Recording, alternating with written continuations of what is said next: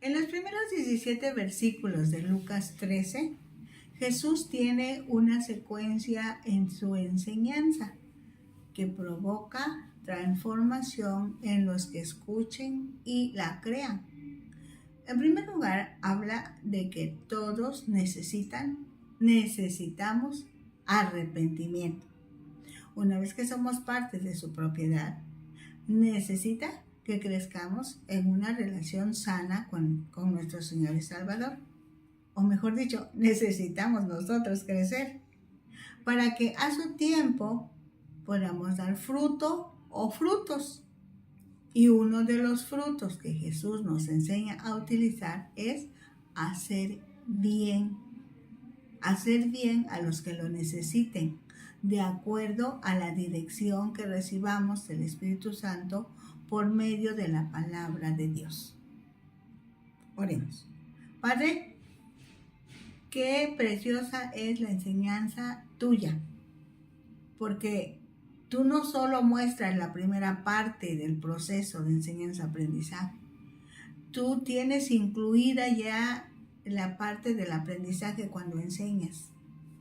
Media, la atención del alumno, la aceptación de la palabra y la fe que viene de ti. Eso es lo que te suplicamos hoy para todos los que en algún momento puedan escuchar esta y todas las enseñanzas tuyas. Señor, nosotros queremos ser solo instrumento en tu mano y te agradecemos por todos los que de alguna manera están interviniendo en la divulgación de tu palabra, en todos los ámbitos, en todos los medios, de todas las maneras, de esa multiforme sabiduría tuya, en que se están haciendo todos los esfuerzos en todo el mundo porque la gente pueda arrepentirse de verdad. En el nombre de Jesús. Amén. Entonces primero vamos a ver los versículos del 1 al 5 de Lucas 13. En este mismo tiempo estaban allí algunos que le contaban acerca de los galileos cuya sangre Pilato había mezclado con los sacrificios de ellos. En la región de Galilea vivían algunos hombres de raza judía, conocidos como judíos, pero que habían nacido en esa región. Por nacimiento eran galileos. Además, algunas personas originarias de Galilea, o sea, gentiles, también habían abrazado la fe judía, ya que Jehová era su Dios. En ese momento de la historia, el Imperio Romano había conquistado el mundo conocido de su tiempo, por lo que dominaba también en Galilea.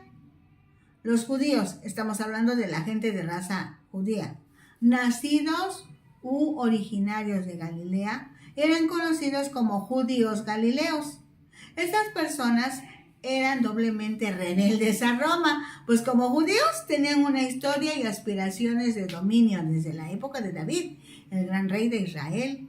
Como galileos, en donde había una mezcla de judíos y no judíos, o sea, gentiles que eran, tampoco aceptaban el dominio de Roma.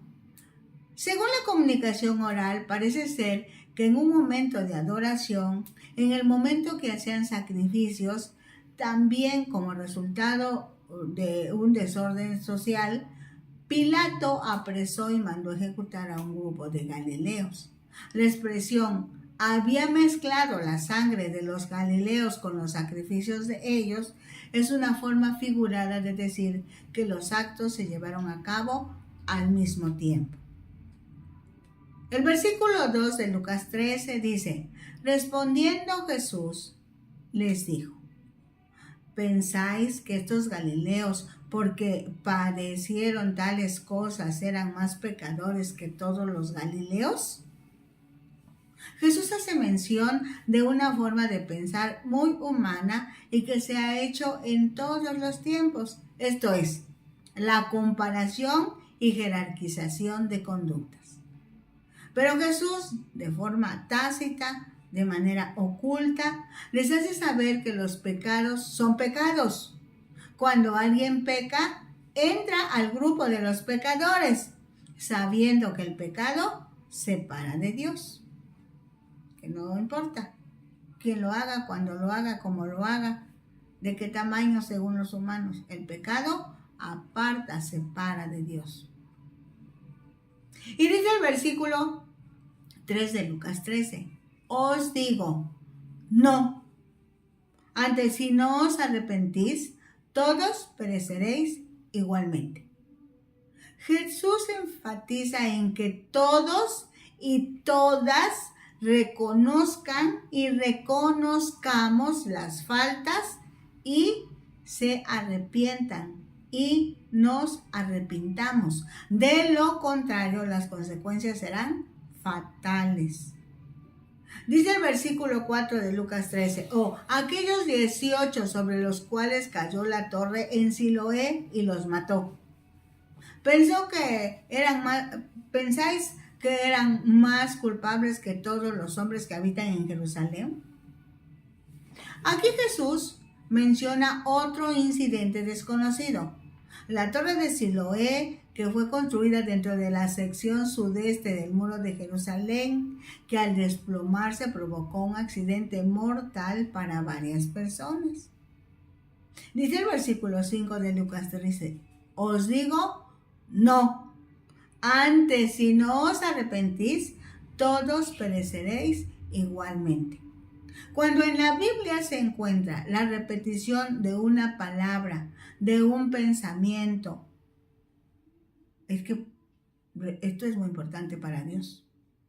Dios enseña a través de repetirnos, pero en este pasaje apenas vamos en el versículo 5 y 2 veces aparece la expresión, os digo, no, antes si no os arrepentís, todos pereceréis igualmente. Es decir, mucha atención. Conviene aclarar que no se está negando la muerte física, pero se enfatiza que si no hay arrepentimiento no se pueden confesar los pecados y el ser humano no puede vivir con Dios. Esa es la principal razón por la que las personas deben arrepentirse de sus pecados y reconciliarse con Dios, porque no saben cuándo puedan morir o cuándo van a morir.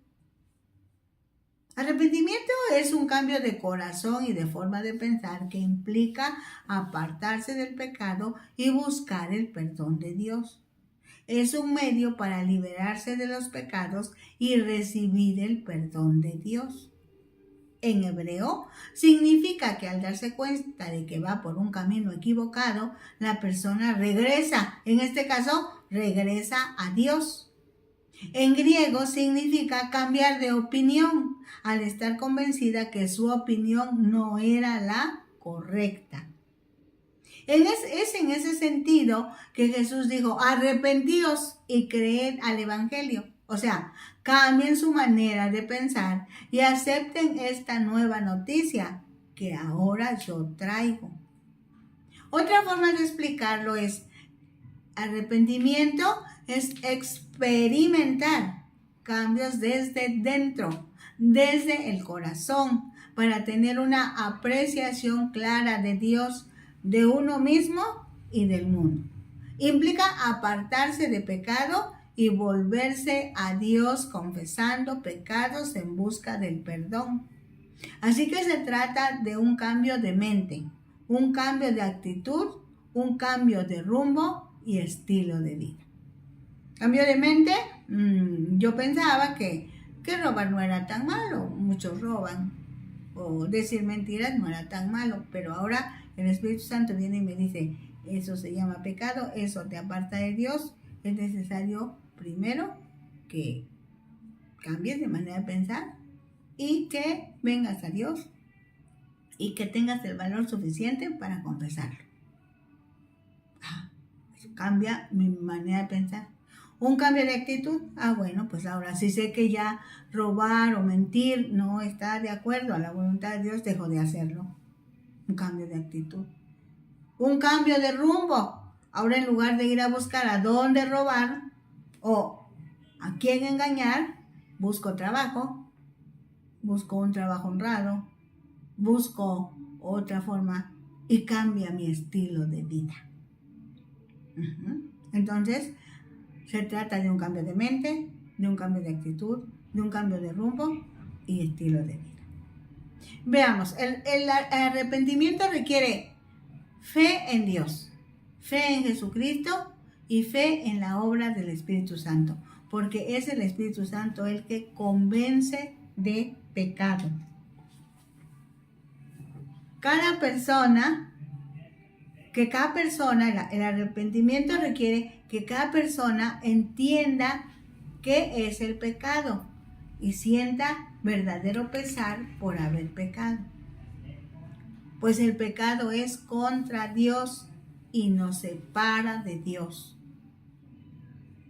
Confesar los pecados, eso es importante. Habrá que confesar los pecados con un corazón humilde, contrito y humillado. O sea, que de verdad nos sintamos mal.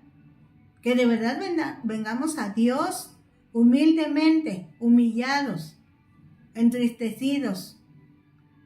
Y confesemos los pecados, porque digamos, no, eso no está bien. No debe ser. ¿Cómo es que lo hice? Señor, perdóname. Y luego abandonar el pecado. No pecar más.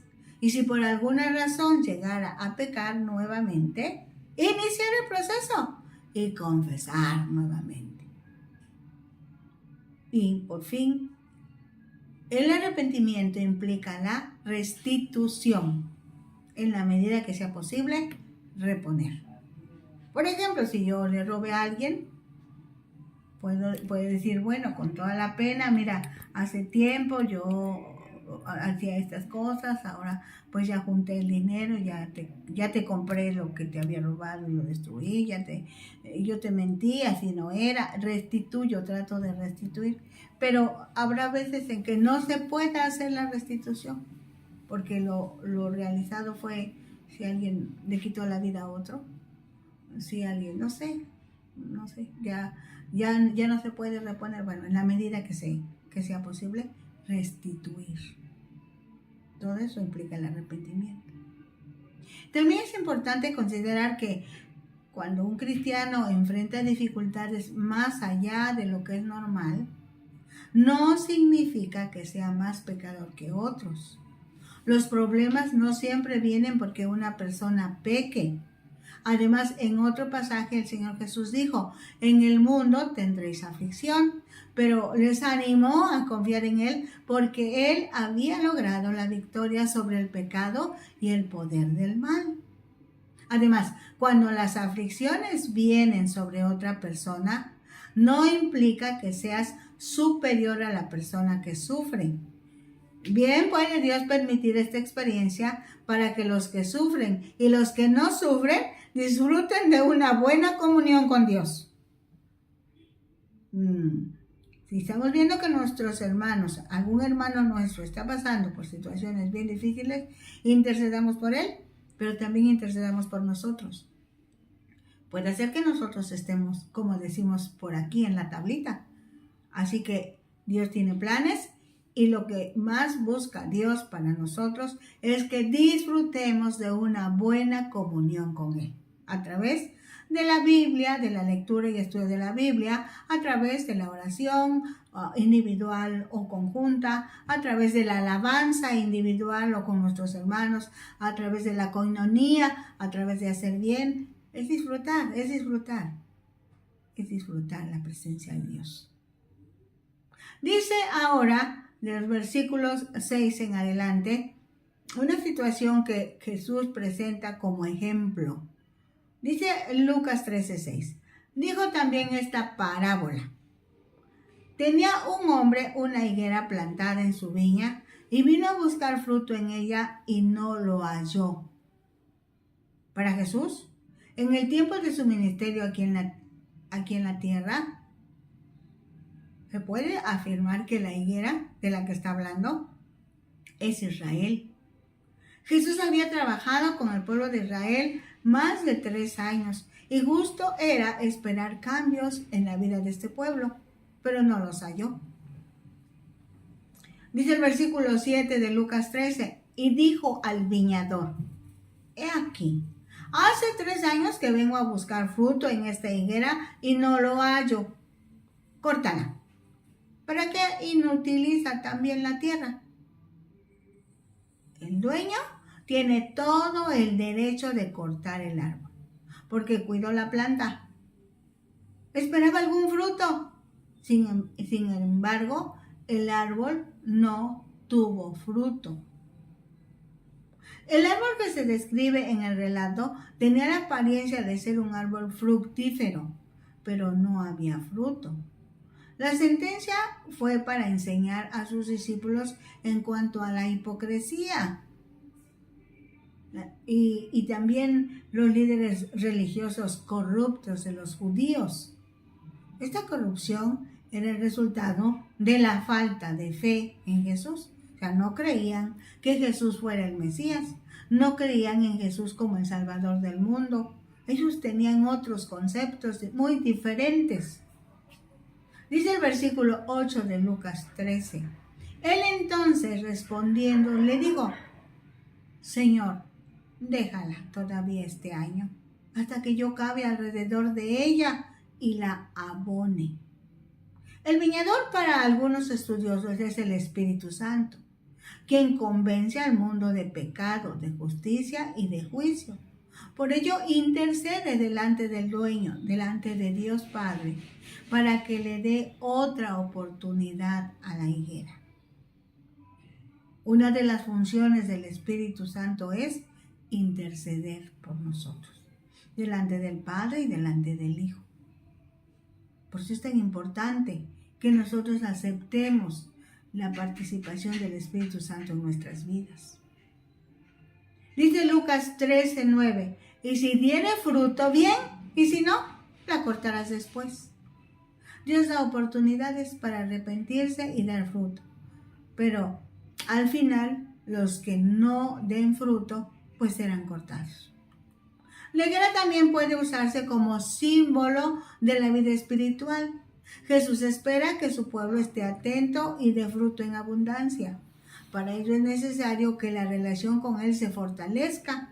Lo repetimos, se fortalezca mediante la oración, la palabra, la alabanza y la ayuda a los demás. Tendríamos que revisar, tú y yo personalmente, ¿somos parte? ¿Somos esas higueras? ¿Después de cuánto tiempo de sembrada una higuera da fruto? Porque no todas las plantas dan fruto al mismo tiempo. Las hortalizas en 3 meses están dando fruto, pero los robles en 30 o 40 años están dando madera buena. ¿Qué planta eres? ¿Qué planta soy? ¿Qué fruto debemos dar?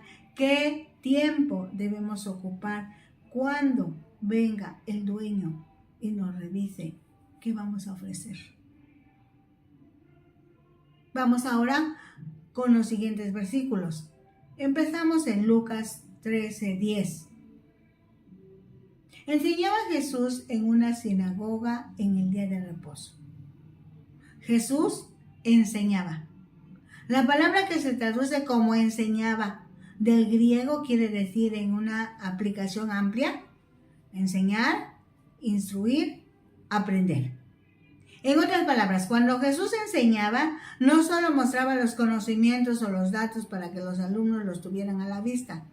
No solo hablaba para que los alumnos pudieran alertar sus sentidos de la vista y el oído. Generalmente el maestro tenía una aplicación práctica a sus enseñanzas que aseguraban el aprendizaje de sus alumnos. La sinagoga nace en el tiempo cuando los judíos fueron exiliados a Babilonia. Surgió como una forma de reunión para instruir y comunicar lo que contenían los escritos judíos. Era conocido o es conocido como la Torá. Y para no perder de vista las costumbres judías en medio de una influencia extranjera. Cada sinagoga, de acuerdo a su tamaño, tenía uno o varios hombres que se conocían como el principal de la sinagoga. Este o estos se ocupaban de atender los problemas relativos al edificio y la planificación de los servicios, de las actividades y demás.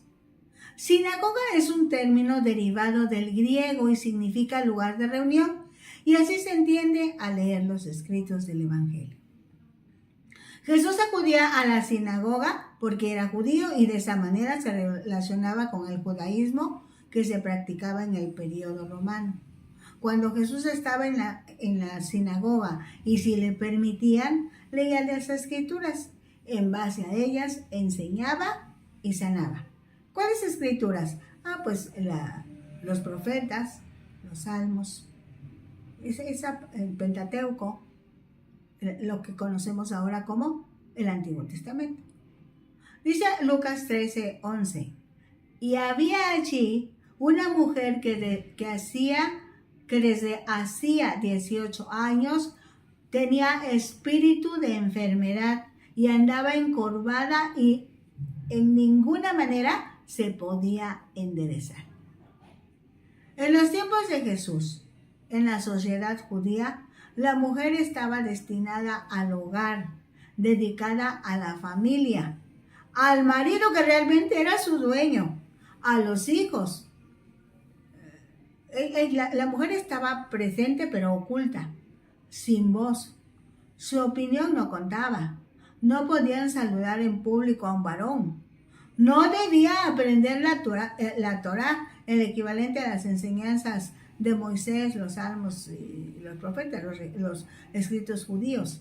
Se le consideraba impura por su constante estado de menstruación, o cuando estaba embarazada, cuando era el alumbramiento de su hijo.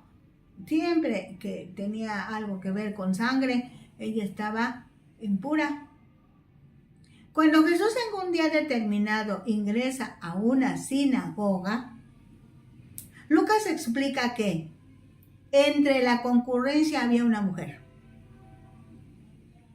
Repetimos, en ese momento histórico las mujeres no contaban en la sociedad. Esa mujer andaba encorvada, había sufrido una flexión hacia adelante de su columna, parecida a lo que hoy se conoce como espondilitis anquilosante, o sea, una forma crónica de artritis. No se podía enderezar. El relato dice en ninguna manera. El relato precisa que tenía 18 años así. Esa posición era provocada por un espíritu de enfermedad. Cuando las mujeres no contaban, cuando nadie las veía, cuando no tenían que aprender la Torá. Incluso en la sinagoga había un lugar para las mujeres. Ya más adelante había un lugar para las mujeres. Dice el versículo 12 de Lucas 13. Cuando Jesús la vio, la llamó y le dijo: mujer, eres libre de tu enfermedad. En el momento apropiado. Eso es lo que expresa la palabra cuando. Recordemos que Dios solo quiere hacer bien, esto es bendecir, decir o hacer bien. Este versículo hace referencia a varias acciones que en el idioma español se llaman verbos. La vio, la llamó, le dijo, eres. El verbo ver, el verbo llamar, el verbo decir y el verbo ser. La vio. La identificó, la descubrió. Era notoria la posición de su cuerpo. Ella estaba en la sinagoga en ese momento. Se entiende que era judía, que acudía a la sinagoga cada sábado. Recordemos que la sinagoga era el lugar de reunión para instruir y comunicar los escritos judíos de la ley de Moisés. La llamó. Pudo haber ocupado la palabra ven, pudo llamarla por su nombre, pudo haberle hecho una señal o señal. No se sabe exactamente cómo, pero la llamó con el fin de que ella caminara hasta donde Jesús estaba. Le dijo. Otra acción importante es que cuando la mujer obedeció, Jesús le dirigió la palabra que vivifica, la palabra que sana, la palabra que produce gozo. Mujer, eres libre de tu azote. Interesante. Jesús el Maestro le dirige la palabra a una mujer para darle una estupenda noticia. Eres, tiempo presente del verbo ser, existir, eres mujer. Pero eso nada tiene que ver con tu relación con Dios. En este preciso momento eres libre de tu azote. Disfruta ahora la libertad que tienes en mi nombre, en el nombre de Jesús. Porque por cierto, no tenías una enfermedad natural. Era un espíritu malo no tenía una enfermedad natural. Era un espíritu malo que le hacía tener así su cuerpo, sin descanso. Efectivamente, era un azote originado por la participación de un demonio, al que también se le conoce como espíritu maligno. Entonces los espíritus malignos pueden engañar a la gente, haciéndola creer que está enferma, naturalmente enferma. Sin embargo, existen también demonios que pueden hacer creer a la gente que están padeciendo una enfermedad, cuando en realidad están torturándola, lastimándola, exhibiéndola, burlándose de ella, haciéndola sufrir, porque no es lo mismo una enfermedad natural y un espíritu de enfermedad. Eso solo lo sabe Dios. Y se lo hace saber a sus siervos. Dice Lucas 13:13, y puso las manos sobre ella. Y ella se enderezó luego y glorificaba a Dios. En la carta de Pablo a los Efesios leemos que Dios tiene una sabiduría multiforme. Esto es, tiene diferentes maneras para presentarse delante de los humanos y mostrarles su poder, su amor, su provisión, su liberación. En esta oportunidad se lee que Jesús puso sus manos sobre la mujer y enseguida fue liberada de ese espíritu de enfermedad. Así que de inmediato empezó a glorificar a Dios. Dice el versículo 14 de Lucas 13, pero el principal de la sinagoga, enojado de que Jesús hubiese sanado en el día de reposo, dijo a la gente, 6 días hay en que se debe trabajar, en estos pues venid y sed sanados, sino en día de reposo.